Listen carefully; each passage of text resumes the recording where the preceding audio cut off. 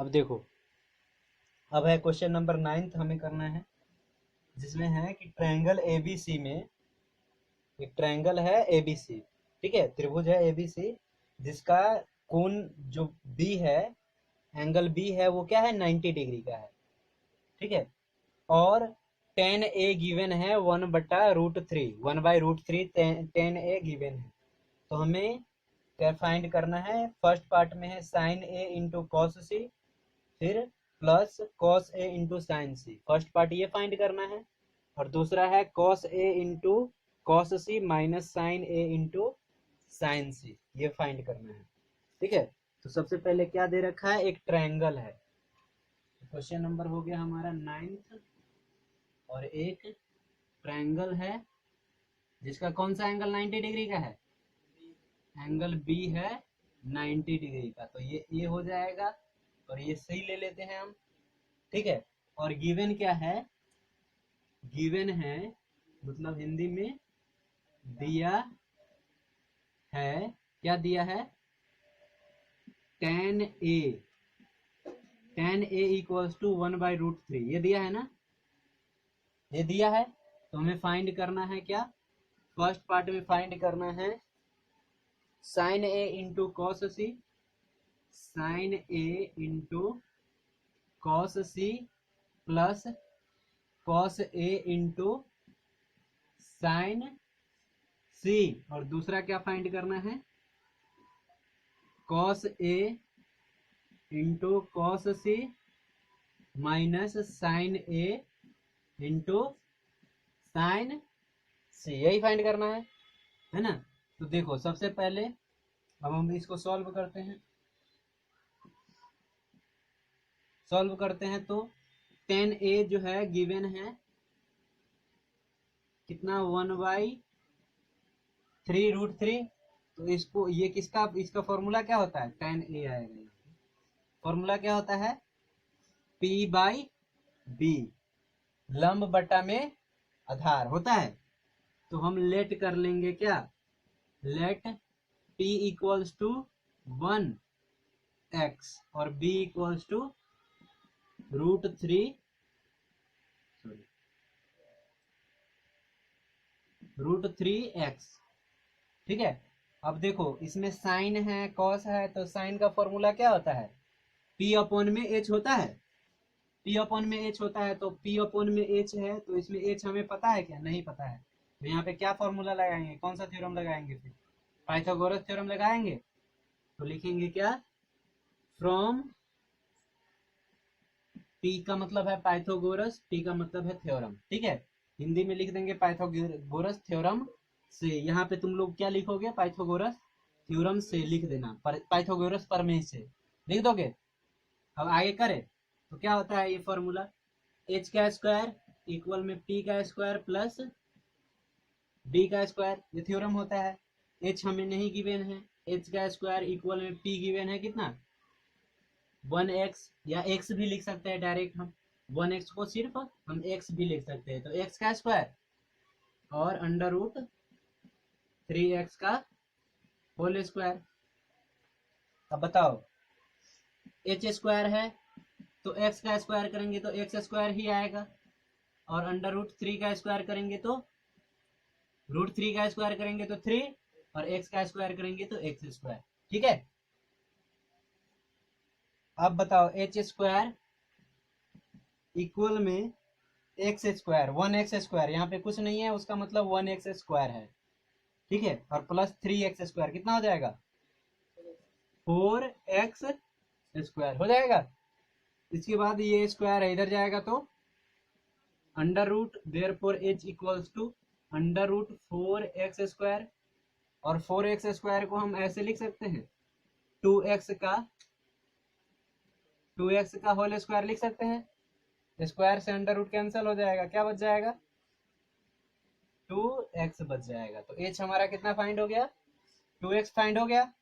अब हमें निकालना क्या है, sine a into, first part में sine a into cos C plus cos a into sine C, ठीक है।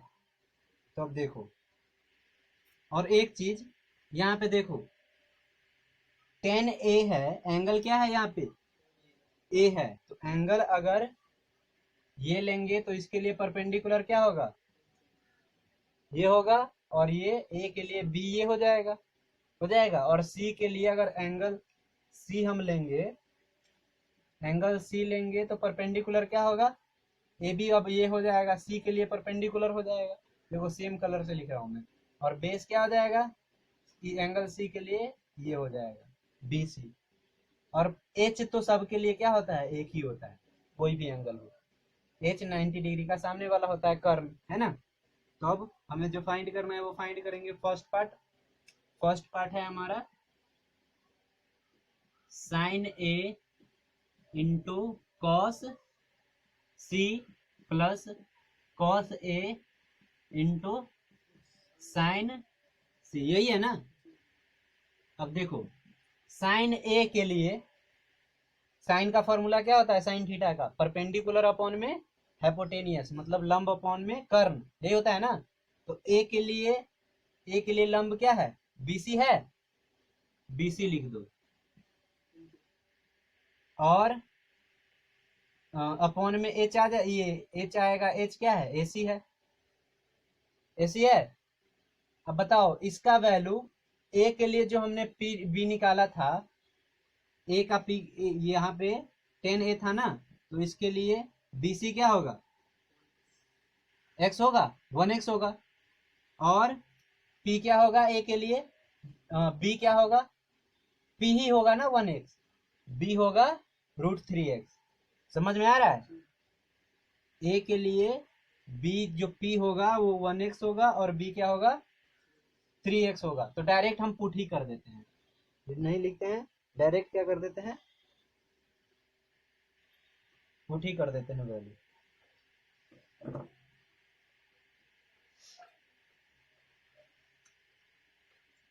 बताओ पी कितना है, ए के लिए पी है 1x, और एच कितना है, एच तो सबके लिए वही होगा 2x, इंटू कॉस सी के लिए इसका जो ए के लिए जो पर पी था वो सी के लिए बी होगा, है ना।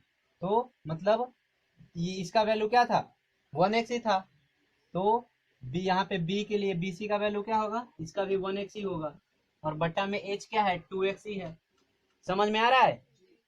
फिर प्लस कॉस ए, अब कॉस ए के लिए परपेंडिकुलर ये है तो बेस ये होगा, ए के लिए बेस क्या है, √3x। तो कॉस ए का फॉर्मूला क्या होता है, कॉस थीटा का बी अपॉन में एच होता है। तो बी क्या हो जाएगा, बी हो जाएगा √3x, और बट्टा में एच कितना है, 2x। ठीक है। फिर ये बी है, और इसके लिए फिर साइन सी के लिए, अब साइन देखो सी के लिए परपेंडिकुलर क्या हो जाएगा, √3x हो जाएगा, √3x, एक्स भी आएगा साथ में, और बट्टा में h होता है तो 2x। यहाँ पे ध्यान से समझने की बात है ना। ये a के लिए जो परपेंडिकुलर है वो c के लिए बेस बन जाता है, बन जाता है। अब देखो यहाँ से x कैंसिल होगा सब में। अब ये 1 इंटू 1 1, 2 इंटू 2 4, ऐसे ही √3 इंटू √3 क्या हो जाएगा, 3 होता है, √3 इंटू √3 3 होता है, और 2 इंटू 2 4 होता है। अब दोनों का एलसीएम लेंगे तो कितना आएगा, 4 ही आएगा। और ऊपर क्या आ जाएगा, 1 प्लस 3 आ जाएगा। जब एलसीएम लेते हैं, एक समान ही रहता है, एक जैसा ही रहता है, सेम रहता है, तो क्या कर देते हैं, ऐड कर देते हैं डायरेक्ट। तो 1 और 3 को ऐड करेंगे 4 बट्टा में 4, 4 बट्टा 4 से 4 कैंसिल, 1 आ बच्चा। ठीक है। तो फर्स्ट का वैल्यू हमारा आ गया 1। जल्दी से नोट करो।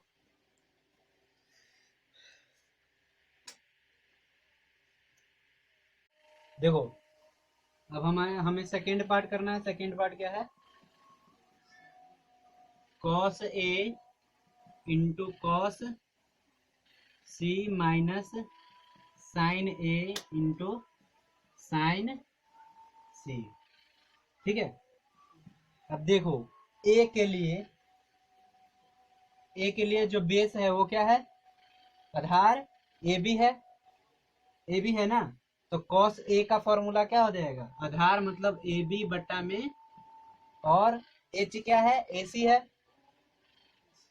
ए सी इंटू, फिर कॉस सी के लिए, अब इसके लिए आधार क्या होगा, बी सी होगा, ये परपेंडिकुलर और ये आधार मतलब ये लंब, और ये आधार मतलब बेस है ना, तो ये बेस हो गया, ये बी हो गया, तो बी हो जाएगा बी सी बट्टा में, फिर एच क्या है, ए सी ही होगा, ए सी माइनस है, फिर साइन ए के लिए, अब देखो ए के लिए परपेंडिकुलर क्या हो जाएगा, बी सी हो जाएगा ना,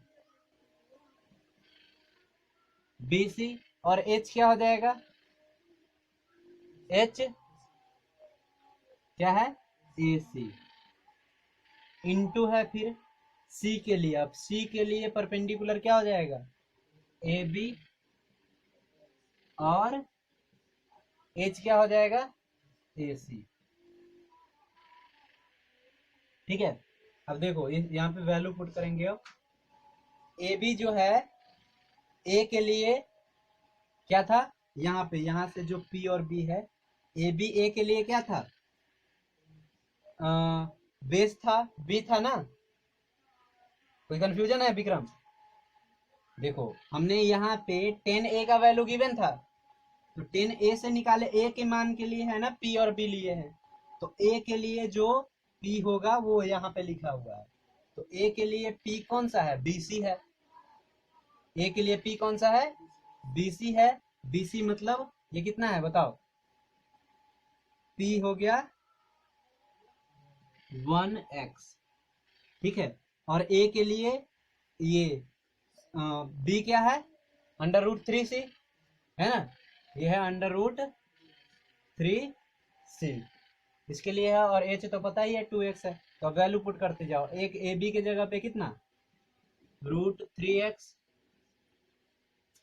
ए सी के जगह पे 2x, बी सी के जगह पे 1x, ए सी के जगह पे 2x, ठीक है, 1x के बदले क्या रख सकते हैं, x भी रख सकते हैं, माइनस, फिर बी सी के जगह पे 1x, ए सी की जगह पे 2x इंटू ए बी की जगह पे रूट 3x, और ए सी की जगह पे 2x, सॉल्व करो, रूट 3x को 1x से मल्टीप्लाई करेंगे तो पहले x से x कैंसिल कर लो,